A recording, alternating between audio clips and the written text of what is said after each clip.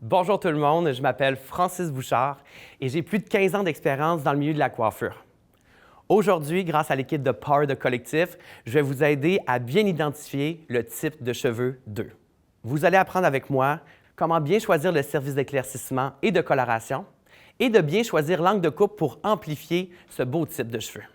Pour bien identifier le type de cheveux 2, laissez-moi vous introduire ma modèle Stéphanie aujourd'hui. Un des points très importants à se rappeler, le type de cheveux 2 a une forme de S. Souvent, ce cheveu peut avoir tendance à avoir frisotté. Lorsqu'on utilise un bon produit et la bonne technique de coupe, on peut aller chercher le maximum de définition. Souvent, ce type de cheveux peut être entre moyen et fin, mais généralement moyen. C'est ce qui fait en sorte que ce qui va nous déterminer quel est le bon produit à utiliser pour notre service d'éclaircissement. Puisqu'un cheveu plus fin peut avoir besoin d'un éclaircissement plus doux et un cheveu plus corsé peut avoir besoin d'un éclaircissement un petit peu plus fort. Alors, laissez-moi vous montrer la technique de coloration qu'on a faite aujourd'hui avec Stéphanie. Ce qui est un point le plus important, c'est bien sûr de se rappeler la forme de S dans le cheveu. Je vais utiliser un service d'éclaircissement autour du visage de Stéphanie en utilisant une technique de mèche, micro-mèche, qui va faire en sorte qu'on va répliquer un effet très naturel autour du visage. Puisque Stéphanie a un type de cheveux de moyen à fin, je vais utiliser une technique qui fait en sorte de conserver l'intégrité et un produit qui va respecter l'hydratation du cheveu tout au long du processus d'éclaircissement. Stéphanie représente le résultat final de la technique que je vais vous montrer à l'instant sur ma rotte. Première étape pour ce service d'éclaircissement, je vais isoler mes zones. Première zone A, qui va être le tour du visage, d'oreille à oreille. Pour ma zone B, ça va être la zone derrière la zone A qui représente la zone de l'occipital et pour la zone C, d'oreille à oreille à la nuque. Aujourd'hui, je vais travailler deux techniques de tricot. La première technique qui va être ma micro-mèche dans ma zone A, qu'on appelle aussi le baby light. Je la situe dans la zone A parce que le cheveu est toujours un petit peu plus fin et toujours un petit peu plus clair. Pour la zone B, je vais utiliser la tricot médium, qui est un tricot un peu plus standard, qui a beaucoup plus de dimensions pour garder cet effet de contraste dans la zone qui est le plus dense dans les cheveux.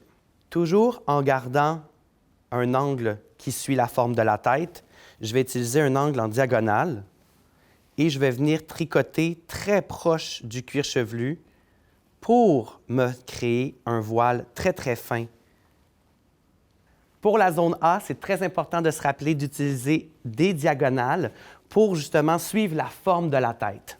Je vais venir tricoter très, très près du cuir chevelu pour aller chercher le voile le plus fin possible, ce qui va me permettre de pouvoir aller appliquer mon décolorant très près du cuir chevelu. Un autre truc de pro, ne jamais venir appliquer le décolorant tout de suite dès le début de ma mèche. Toujours commencer un pouce en bas pour me donner de la lassitude, pour venir me créer un petit dégradé, ce qui ne me créera pas une démarcation trop franche autour du visage.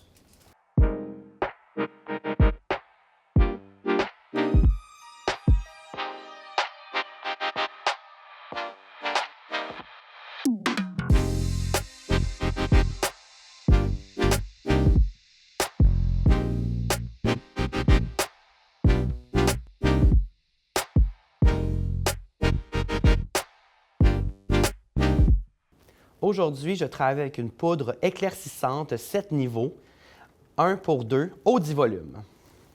Pourquoi je travaille avec un 10 volumes pour la zone A? La seule unique raison, c'est pour avoir le temps de bien faire mon application. Une chose que j'aurais aimé savoir à l'école, c'est que je peux m'amuser avec les peroxydes tout au long de mon application pour conserver l'intégrité du cheveu.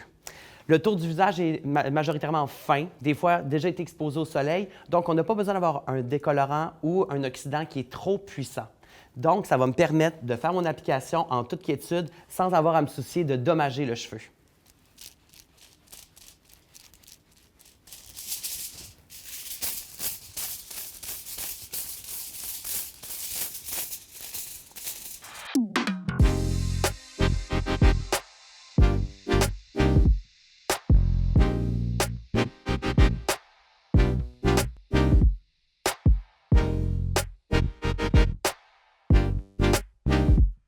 Un truc à se rappeler, plus je m'éloigne du tour du visage et plus je vais créer un espace entre mon dégradé de mon décolorant et la couleur naturelle pour éviter de faire un effet trop dramatique au niveau de la première section des mèches. Donc, plus je m'éloigne et plus l'espace va agrandir. Pour ma zone B, je vais bien sûr travailler avec mon micro médium. Qu'est-ce qui va se passer? C'est que je vais venir travailler de façon imbriquée sur la zone complète. Donc, les papiers vont se superposer et bouger à l'intérieur, ce qui va me créer un effet très, très organique et fluide, tout en respectant toujours la forme de la tête. Pour cette technique, je vais utiliser une palette puisque je vais travailler hors cuir chevelu. La palette va être un outil qui va être l'extension de ma main, qui va m'éviter justement de salir mes mains ou de manipuler un papier d'aluminium pour aucune raison. Ma palette est vraiment mon outil de prédilection pour travailler rapidement et efficacement. Je vais venir mettre juste un peu de décolorant sur ma palette pour m'aider à bien coller ma section. Et ensuite, je vais travailler en effet à main levée avec mon décolorant pour venir me créer mon dégradé.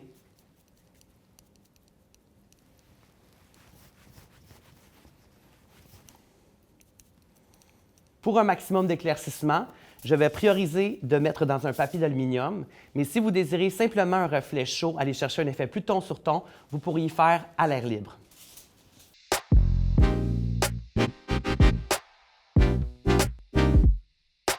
Comme je disais tout à l'heure, je vais travailler en effet imbriqué jusqu'au sommet. Donc, je m'assure toujours de suivre la forme de la tête. Automatiquement, cette section ici va être beaucoup plus basse, mais va être connectée avec la zone avant, ce qui est très important, ce qui va créer un effet très, très, très dégradé soleil.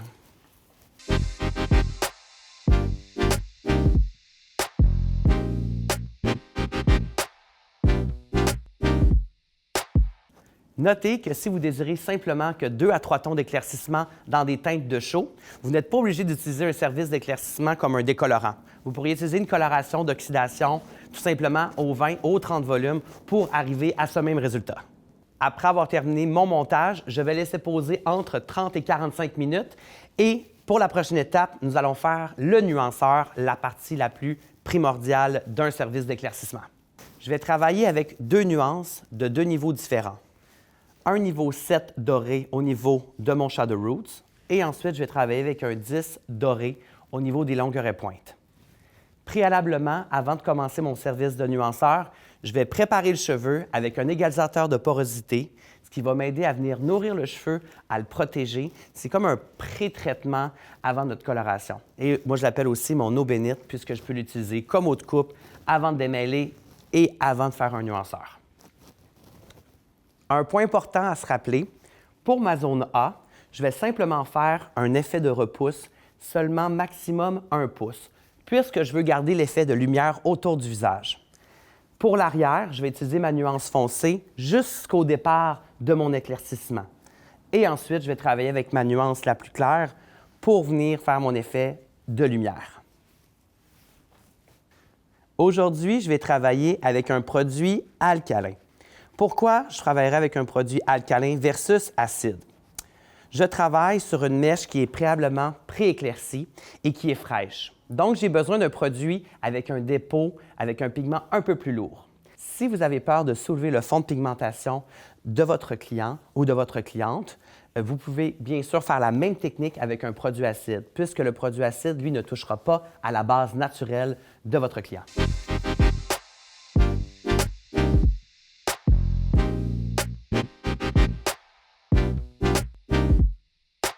Lorsque je suis rendu à ma zone B, automatiquement, l'effet de repousse va s'accentuer puisque je n'ai pas été près du cuir chevelu. Donc, je dois jumeler le départ de ma mèche à mon effet de repousse. Donc, ma mèche commence environ ici.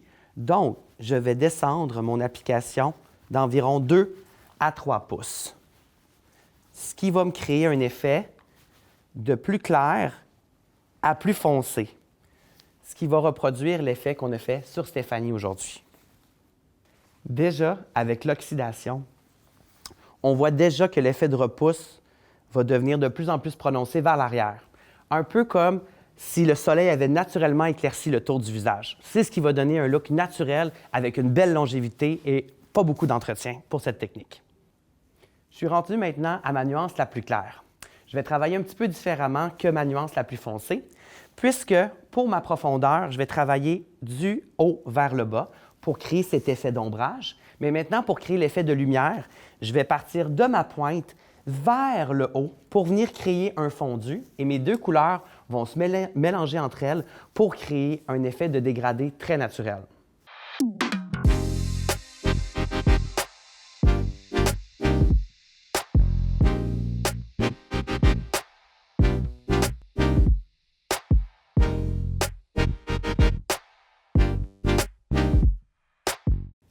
L'application du nuanceur est terminée.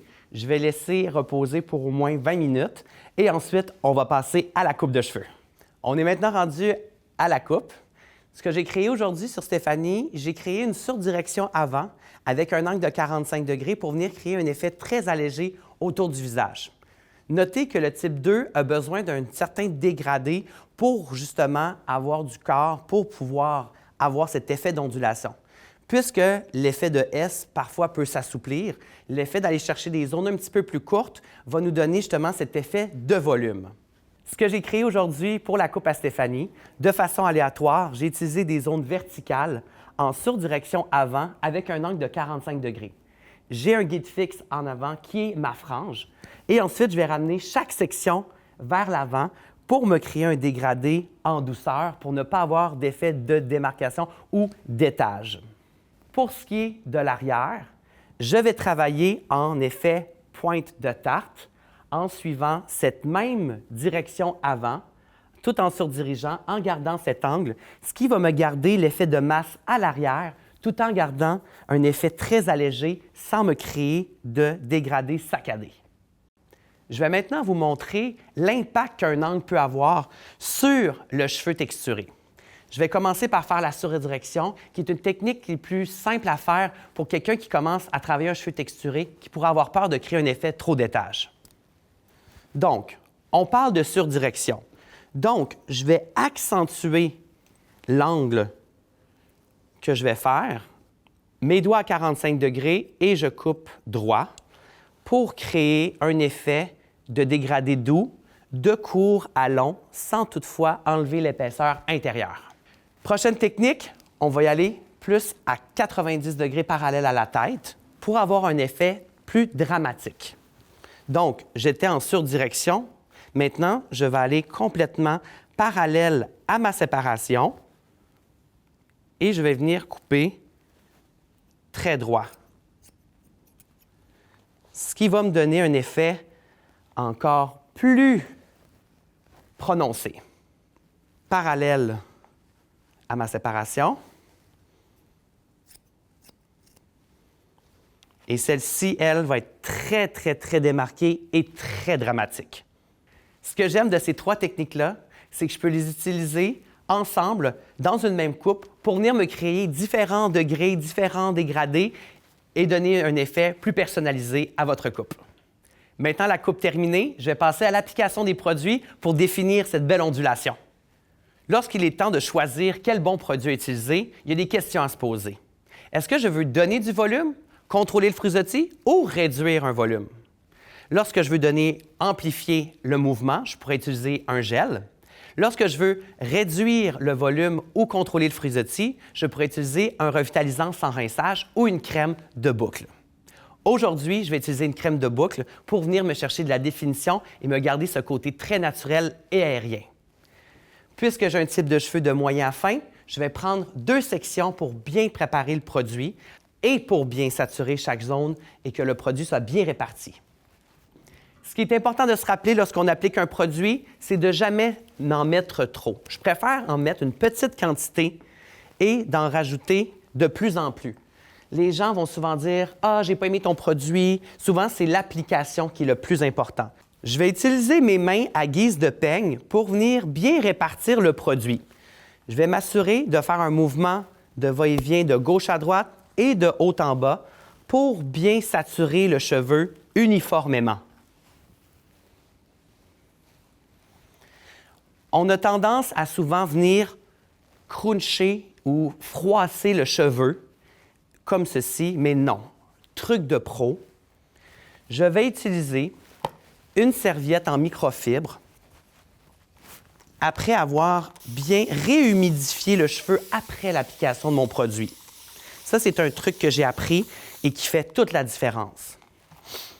Je vais bien sûr incliner la tête de mon modèle pour que la boucle ait le temps de se définir. Par la suite, je vais prendre ma serviette de microfibre et je vais l'utiliser pour venir faire mon effet de froissement et enlever l'excédent de produit et d'eau. Cette étape va changer votre vie, je vous le garantis. Par la suite, je vais relâcher naturellement ma serviette et automatiquement, le S apparaît. Donc, est-ce que je veux accentuer ou diminuer mon S? Par la suite, on va prioriser l'utilisation d'un diffuseur pour aller accentuer ce volume. Si on préfère un volume naturel, on peut laisser ses cheveux à l'air libre. Tout dépendant de la saison, on priorise un séchage au diffuseur l'hiver et l'été, on peut simplement laisser les cheveux sécher à l'air. Une erreur que je vois souvent, c'est de commencer à faire le diffuseur de la pointe vers le haut, ce qui va accentuer malheureusement les frisottis dus aux écailles. Je priorise toujours de commencer du haut vers le bas pour respecter la fibre capillaire. Et lorsque plus de 50 % de l'humidité et du produit séché, je peux pencher la tête et ensuite y aller du bas vers le haut pour aller chercher le volume. Un autre truc que je suis sûr qui va changer votre routine. Une fois toutes ces étapes complétées, il est super important pour moi de bien conseiller les bons produits pour que ma cliente puisse partir et reproduire cette magnifique ondulation à la maison. L'utilisation d'un shampoing et conditionneur sans sulfate est primordiale pour justement aider à ne pas déshydrater le cheveu. L'utilisation d'un masque 1 à 2 fois par semaine peut aussi aider au contrôle de frisottis. Par la suite, pour bien définir cette ondulation, tout dépendant de la saison, une crème et un gel peut être aussi le meilleur allié. 3 points très importants à se rappeler pour identifier et prendre soin d'un type de cheveux 2 et bien sûr sa forme en S, sa malléabilité et son frisottis qui peut être bien contrôlé grâce à l'hydratation. Merci infiniment d'avoir été avec nous. J'espère que vous avez appris beaucoup de choses. Merci à Power The Collective qui nous donne la chance d'avoir cette plateforme pour vous donner des capsules éducatives. Je vous invite fortement à aller nous suivre sur les réseaux sociaux, sur Instagram, nous taguer. Et aussi, je vous invite à aller voir les vidéos de mes autres amis qui ont fait les capsules de type 1, 3 et 4.